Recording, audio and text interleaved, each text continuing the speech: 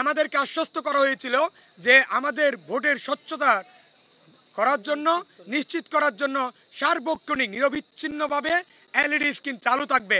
কিন্তু আপনারা দেখেছেন সারা দিন আমাদের বিভিন্ন কেন্দ্রে এলইডি স্ক্রিন বারবার বন্ধ হচ্ছিল। যদি আধা ঘন্টা থাকে তাহলে কিন্তু তার 1 ঘন্টা ছিল না।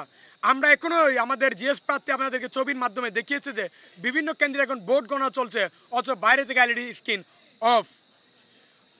আমরা দেখেছি যে বিভিন্ন জায়গায় আজকে বিভিন্ন কেন্দ্রে যেখানে ছাত্রদল সহ অন্যান্য প্যানেলের প্রার্থীরা ঢুকতে পারছিল না, কিন্তু ইসলামী ছাত্র শিবির এবং ছাত্রী সংস্থার প্রার্থীরা সেখানে গিয়ে প্রচারণা করেছেন 100 মিটারের ভিতরে।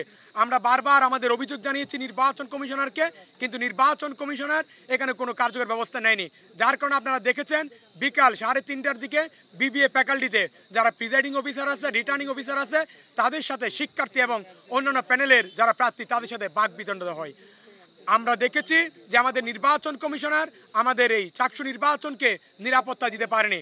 আমরা দেখলাম কলাভবনে, নতুন কলাভবনে কিন্তু বহিরাগত লোক এসে আমাদের উপর লাঠি এবং ইট দিয়ে চড়াও হয়েছে আমাদের উপর হামলা করার জন্য। আমাদের এই আজকে দীর্ঘ 35 বছর পর যে চাকসু নির্বাচন, আমরা মনে করেছিলাম যে আমাদের যে আকাঙ্ক্ষা, আমাদের শিক্ষার্থীর যে মৌলিক সুযোগ সুবিধা নিশ্চিত করার প্ল্যাটফর্ম, আমাদের উৎসব আমেজ এবং প্রাণবন্ত হবে। কিন্তু আমরা দেখলাম আমাদের নির্বাচন কমিশনার এই নির্বাচনকে একটা কলঙ্কিত অধ্যায় হিসেবে আজকে প্রতিষ্ঠিত করেছে।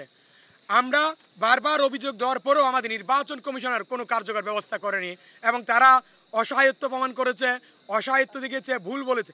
আজকের মতো যে দায়িত্বহীনতার কাজ করেছে, যেখানে ওনারা এত একটা মহান দায়িত্বে বসে সেখানে যে ভুল করেছেন, তাহলে ওনাদের সেই দায়িত্বে থাকার কোনো অধিকার ছিল না।